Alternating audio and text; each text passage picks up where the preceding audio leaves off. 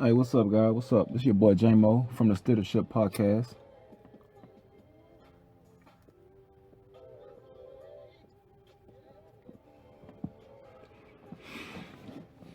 Hey, what's up, y'all? Welcome back, man. It's your boy Jamo from the Stittership Podcast, checking in with y'all, man. I had some shit on my chest, man. Got some shit on my mind. I get a lot of time to think in life. I don't kind of like crowd a lot of my time with bullshit, to be honest. I like to think. I like to be mindful. So, I sit back and watch the world spin, watch shit happen, watch reactions to things that go on around. And I came up with something, man. I can't say it's unique, but I came up with something. And this one is gonna be called Key in Our Back. It's gonna be called Key in Our Back. Our back. OU our back. And on this one, I kind of wrote out some bullet points on things that I want to get into, things that I want to tackle, just so I can stay on course. Because to me, this is pretty important, man. It means a lot to me to say these words and to kind of tackle this topic, because a lot of times I do feel like we get keys put in our back and we let, social media or media, whatever it is, kind of like, persuade, dissuade us into doing certain things or reacting in certain ways. So when I mean key in our back, I mean like, most people understand what I mean, but what I really mean like is, you letting people, you a puppet, you letting people control you with whatever it is they use to control you. I understand, like, as people, we hold each other accountable, like me and my friends, we gonna hold each other accountable. Like, if I'm my homeboy fucking up, I'm gonna let him know off the real, hey man, that shit ain't gonna end well. Why? Because I love that nigga. I love her. I want them to, succeed. I want to see the best for my friends and for the people I love. So I feel like I look at that as family business. And, we all know how family business should be handled. One thing that I always kind of like paid attention to is how we treat our people. What I mean by our people, I'm black. I'm a male. So I mean black people, dog. I'm not gonna lie to you. I'm not against any other race, but I love my people. So how do we treat our people when the other side turn on them? How do we treat Michael Jackson right when they start allegations with no merit? How do we treat Gayle King? Even Gayle King, to be honest. Even though she fucked up and she said some shit, she should have handled her interview in a more, let's say, tasteful manner. But at the same time, we as people should be more responsible in how we handle that shit. We shouldn't have to always go on social media and bash a motherfucker. We should have people that, that's why we should have a structure in our community. And when I mean community, the black community, like all of us together, we should start trying to get on one page. It's hard for any group of people to all be on one page, but we should start trying, which means we're making an effort, which means we're more than likely communicating and paying attention to everybody else. What's going on? Let's see how we can make this work. Because somebody should have been able to call Gayle King. And I do feel like people are becoming like opportunistic off of these things. Like, I pay attention. That's what the benefit of is sitting back and watching shit, is you get to see more. You get to catch on to more shit because you ain't in the mix. So I see how people love to get on social media and talk that shit just so they can be like the one that said it. When they could have just made a phone call, couple phone calls, had a few sit downs and made some things crack. But people want to be famous, or people want more attention for talking shit. Being that motherfucker that always going off on somebody. But then you ain't going off on nobody else but your people. Like, it's certain people, I know they go off on anybody. Like when T.I. went after Kodak Black, I was kind of critical of him. Because I'm like, nigga, why you going after him? But then when he backdoored and went after Whack 100, it made me respect that. because those are two different types of niggas. You know, you got a young nigga from the other side, he from Florida, and you got you a supposedly an OG that's out there in Cali with you. So for you to handle both situations in the same manner, it kind of helped me, let me know like, okay, he a stand-up guy. He ain't worried. It ain't who it is, it's what it is. But a lot of times with people, I feel like it's what it is. Or who it is. Not what it is, it's who it is. Excuse me. Because those same people that was going off on Kodak Black didn't say shit to Whack 100. The same motherfuckers who was cracking jokes and shit about R. Kelly, got all these R. Kelly motherfucking shit talking about R. Kelly, talking shit about Bill Cosby, talking shit about Michael Jackson, but I ain't never seen a skit about the white people who raping, who molesting, who out here going off. Those the people we should be clowning. If we're gonna clown anybody, I mean, that shouldn't be a laughing matter, but you know, comedians know how to make anybody laugh off of anything. So I feel like those the people we should be going at. Like, why is Oprah Winfrey at one point trying to do a documentary on Russell Simmons when it's many a motherfucking white people out there she can do a documentary on and get just as much information, have just as much, you know, of that shit people want to hear and people want to see. We don't like the fact that it happened, but just honestly, America loves horror. We love O.J. Simpson trials. We love, you know, murder stories. We love that shit. You know what I'm saying? That's us. That's what keeps us entertained. No cap. We love that bullshit.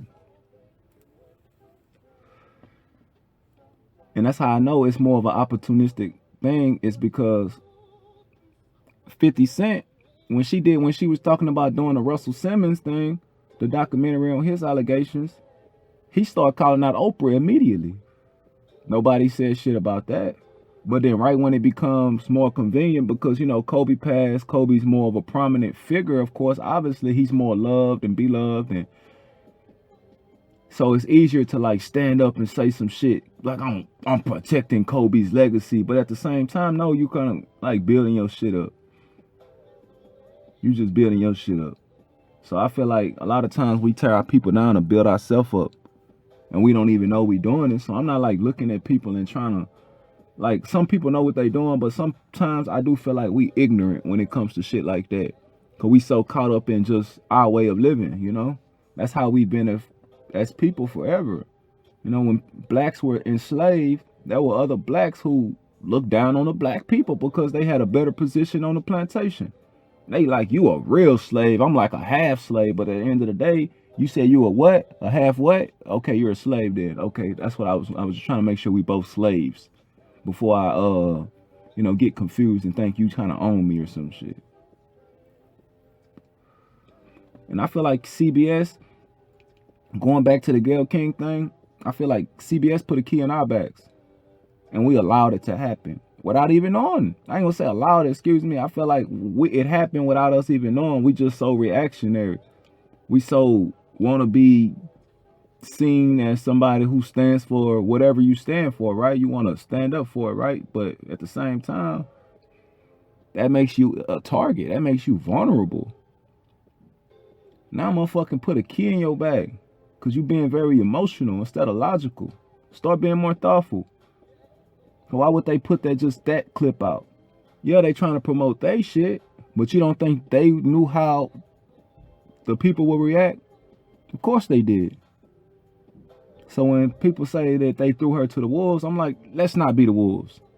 Like, we can be a wolf another day, but when they throw motherfuckers to the wolves, let's not be the wolves. Y'all take care of y'all own shit. Y'all want to tear somebody down, y'all do y'all thing. Y'all do y'all thing. Don't give us that job. We trying to build some shit.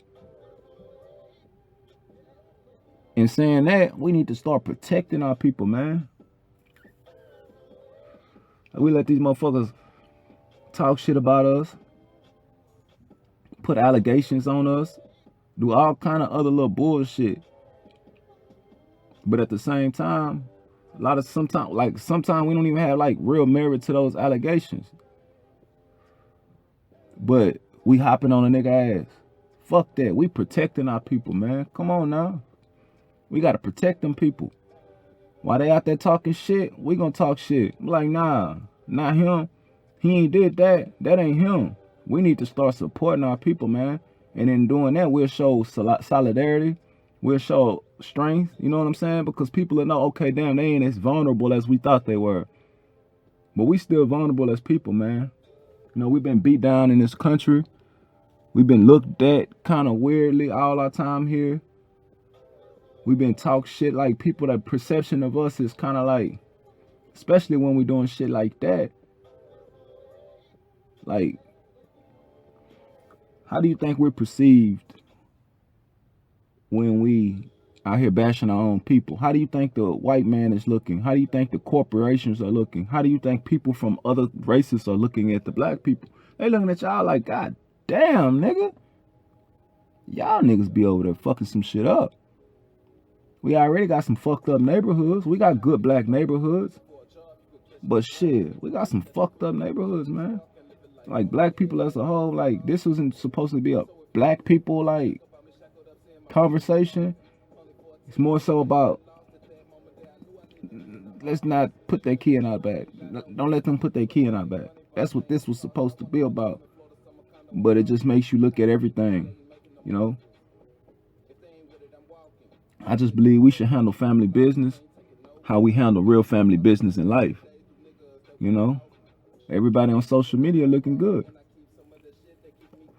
Niggas ain't on that bitch talking about my kid getting fucking up at school, my kid failing. You ain't on that bashing out, talking shit about your mama cause she whatever, or talking shit about your sister. Some of y'all are cause y'all ain't shit. But I'm saying, like, the most of the people, the real people, that isn't what social media, that isn't what life is about. Like, life is about handling your problems, man. We gonna handle that shit internally. Like, outside, externally, motherfucker gonna see what they gonna see the best. And that's how we should be as people, man. Let motherfuckers see the best. Sometimes we gonna have to disassociate from certain people, but not because they told us to. Because we see shit that don't go hand in hand with what we are as a people. That's it. And not allegations, because they know how to trigger us. They know how to come out and say, he did this, and they know we gonna say, fuck that nigga. Nah, fuck y'all. What'd he do? Nah, that ain't my nigga. My nigga don't do shit like that. And if he did, we gonna handle that. Not on social media. We ain't gonna bash the nigga out. We might fuck him up, but we gonna fuck him up, you know. We gonna do our own thing.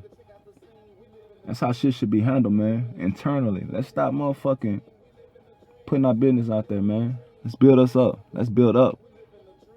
Stop destroying each other.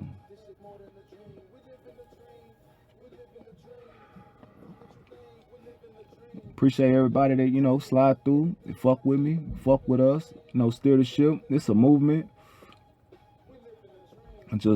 I hope everybody can kind of like take what I said, even with sometimes with a grain of salt, man. Who knows? You might not, you know, who the fuck am I? I'm just giving you my point of view. This is my POV.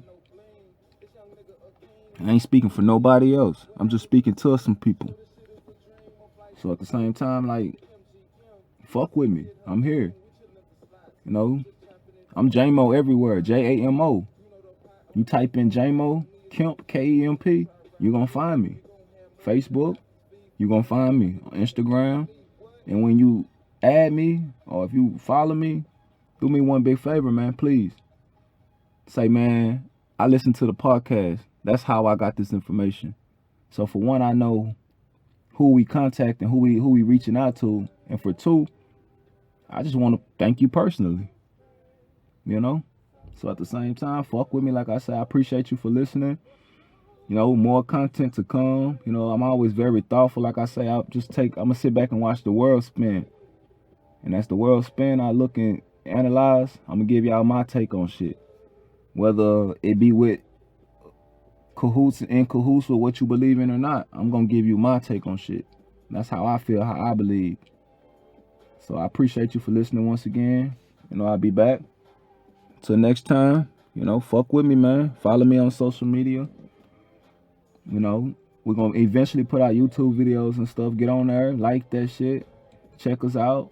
We're gonna be funny guys, got commercials, got different shit, man. It's just gonna be a different side of Jamo. If you met me, I probably I'm not that entertaining of a person, but I'm very, very, very interesting.